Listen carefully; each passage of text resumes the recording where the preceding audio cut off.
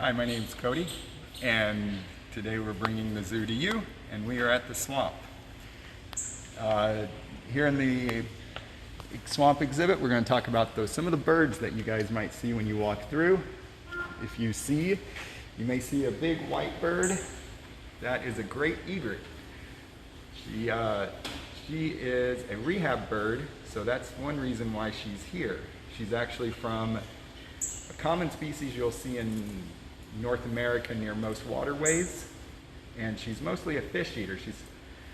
She's pretty neat because what she'll do when she catches a fish is she sits super still in one spot, let the fish come to her, and then she'll strike at it, pierce the fish, and then eat it. They also eat crustaceans.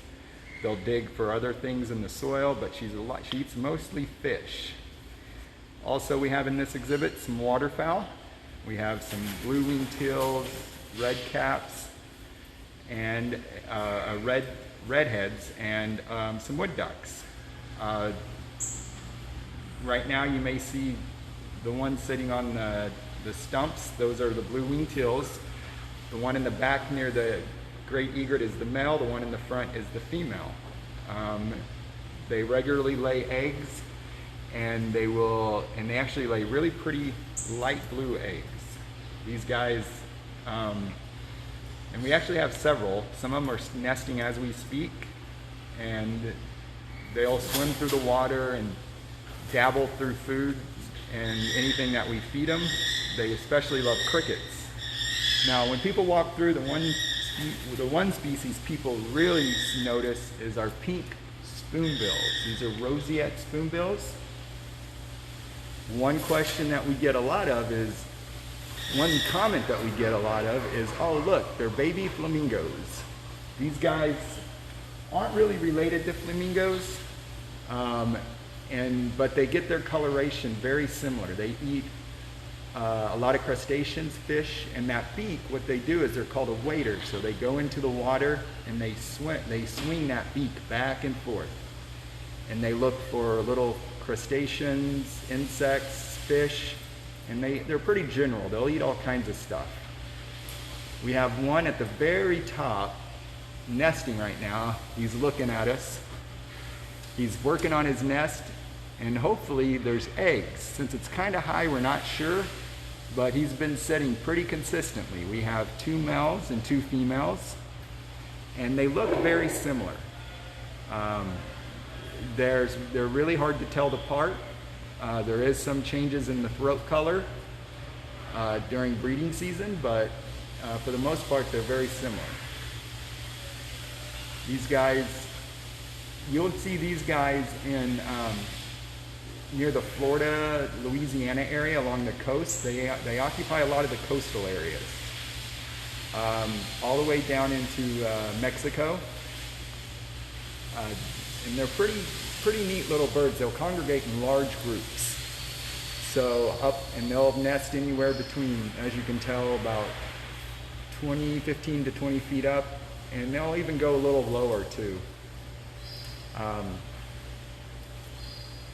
One of their favorite foods here is fish. We give them capelin, and they really like it.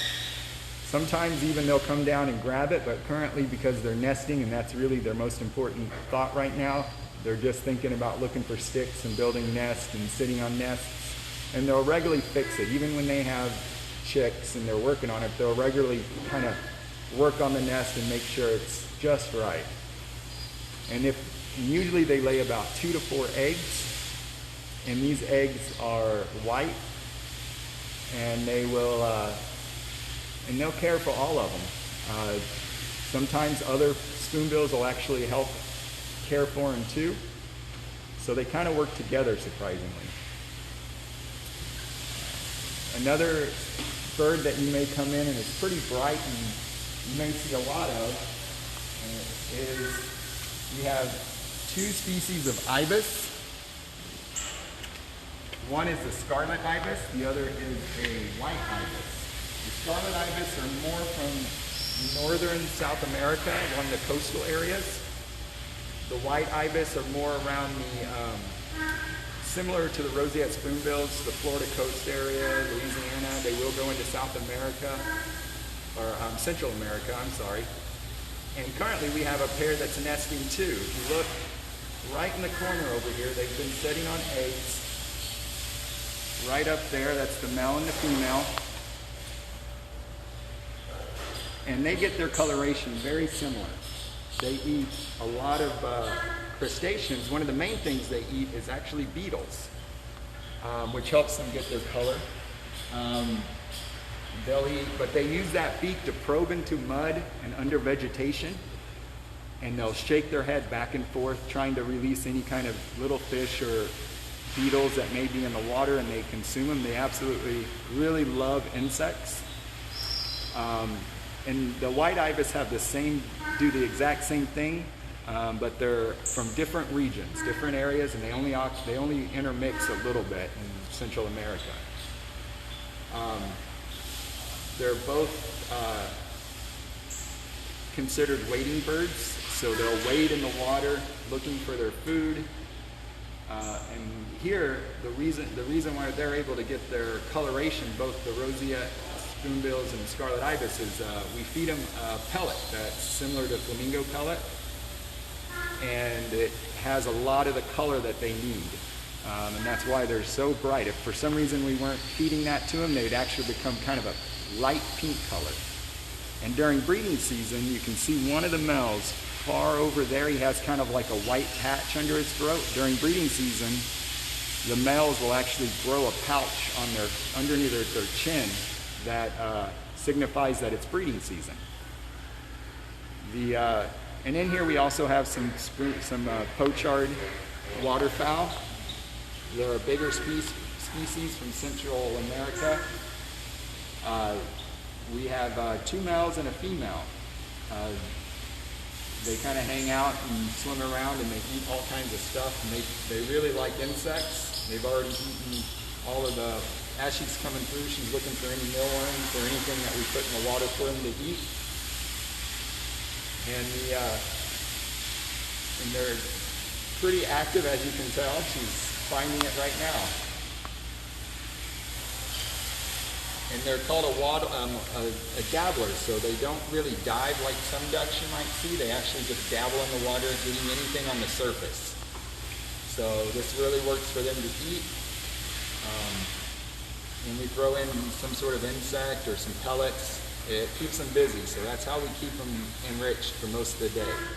And most of the time they would spend a lot of time in the water. So they're not the most graceful birds on land, but in the water they're really pretty and move around. But because their body is so large and their feet are so small, it's because they spend most of their time in the water, swimming around. They actually nest near water, and they do, and the males are the dark ones. Can you remind us what kind of fish all these birds eat? Yeah, these guys would eat capelin, and they eat a lot of lake smelt and another species called silverside. They particularly love the capelin. They'll eat a lot, and and they'll actually swallow it whole, or they'll take it in the water and dabble it and try to rip it up and eat it in smaller pieces. There was a bird making a honking noise just a minute ago. Which one was that? The honking noise was actually the ibis. They'll make a honking noise for breeding. And it was the scarlet, the roseate spoonbills and the scarlet ibis make kind of a honking noise during breeding season to attract females, to keep the female near the nest or the male. And what's really neat is, since the female makes the nest most of the time, the male's job is to hand her a stick, and she'll take the stick, play with it, and if it's not the right stick, the right size, she'll actually drop it on the ground, and the male has to go find another stick. They're pretty particular, but they work together to build the nest. He's providing the sticks, and she's building it. And sometimes it's kind of fun to watch them, because she may drop several sticks before she finds the one the male brings that she likes. What other bird noises might people hear when they come to visit the swamp? There's all kinds of fun noises that these guys will hear. A lot of it's going to be from the spoonbills and the ibis, making kind of like that honking noise. Sometimes you'll hear a whistling sound, which is from our sunbittern, which is in a different exhibit. And you'll also hear some chirping noises. We also have a northern cardinal in this, with the roseate spoonbills, and a northern oriole, which, because they're so small and the exhibit's so big, sometimes they're hard to find. But you'll hear a lot of these bird calls in there, and you'll also hear some light chirping noises like you hear now, and that's the male calling the female, and he's trying to get her attention.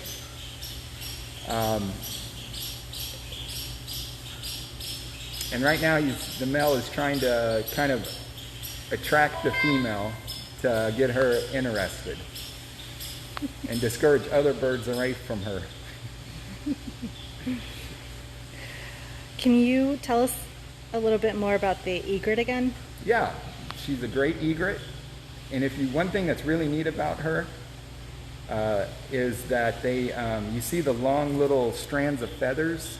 Well, at one time, very similar to another species that we have called snowy egrets, they were actually hunted almost to extinction in the 1800s just for those feathers.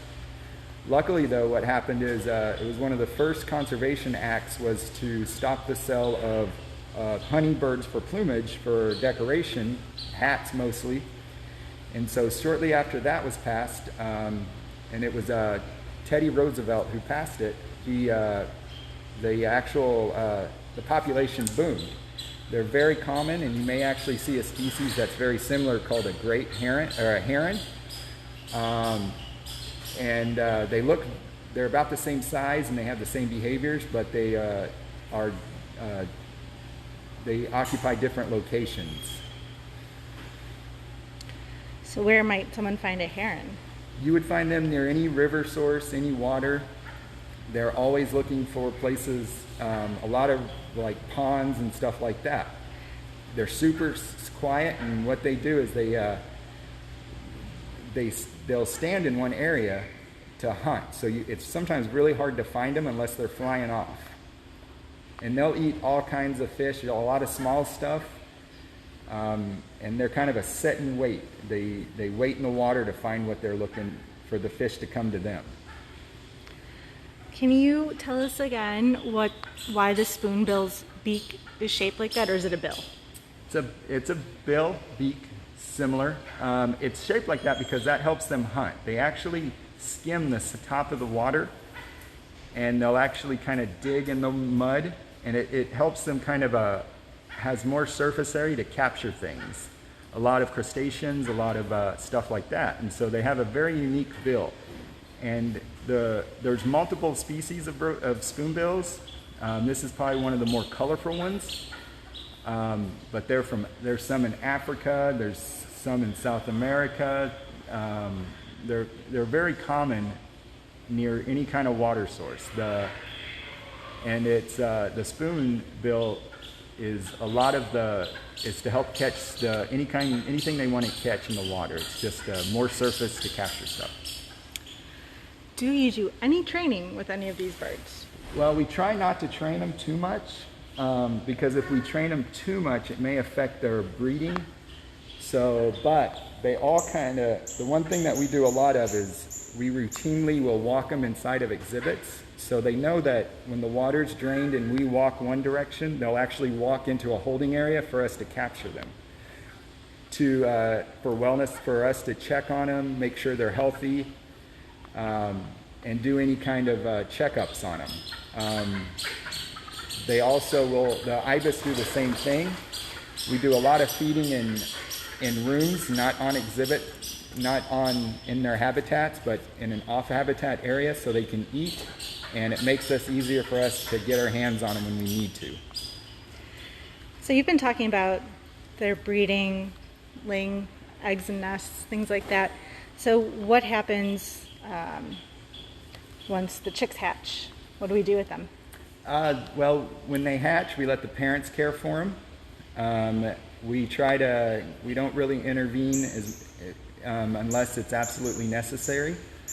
And we'll let them grow up in the exhibit, and at one point, both the spoonbills and the scarlet ibis, who are nesting right now, are actually part of a program that is called an SSP, a Species Survival Plan.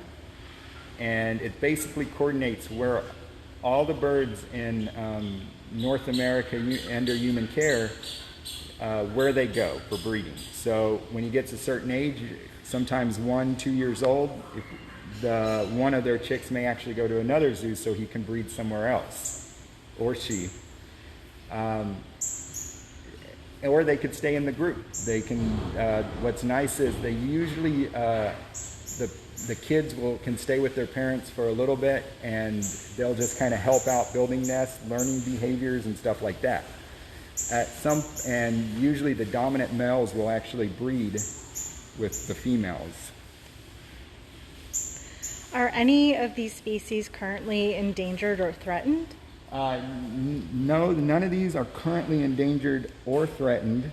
The one thing that we try to do is we keep population of birds that may be common now, but because these guys occupy a lot of water areas, it's always nice to have a population in human care that we can keep just in case something happens in the wild. Very similar to the great egret that almost went extinct due to its beautiful plumage. One thing is a lot of water areas, both species and most water birds are dealing with habitat loss due to construction near rivers, lakes, off the coast. A big thing is pollution and trash, and so these guys are all susceptible to those issues. And so it's nice to have a population, for us to have them, because it secures the population for the wild. What can people do to help these birds in the wild? What actions can they take? You know, it's always the simplest thing is recycle, reduce, reuse. Making sure that that everything is going to recycling, or making sure the trash doesn't end up in the water. That's the biggest thing. And again, always the same thing is you can also volunteer. There's a lot of groups that usually pick up trash along the rivers and lakes and stuff a couple of times a year. So it's always volunteer opportunities, and then and stuff like that. Yeah, and I think we have several groups locally here in Chicago, like with Salt Creek and Des Plaines River and DuPage River, that do annual cleanups, because what we do here in Chicago affects animals as far away as the ocean. Yes, it is. It's a big chain. So everything that ends up in the rivers here can end up in the oceans. And one thing that we talk a lot about is there's giant trash islands, basically the size of Texas, in the ocean, which has affected a lot of waterfowl, a lot of fish-eating birds. So this is the swamp and some of the birds you would see when you come in, and some of the sounds too.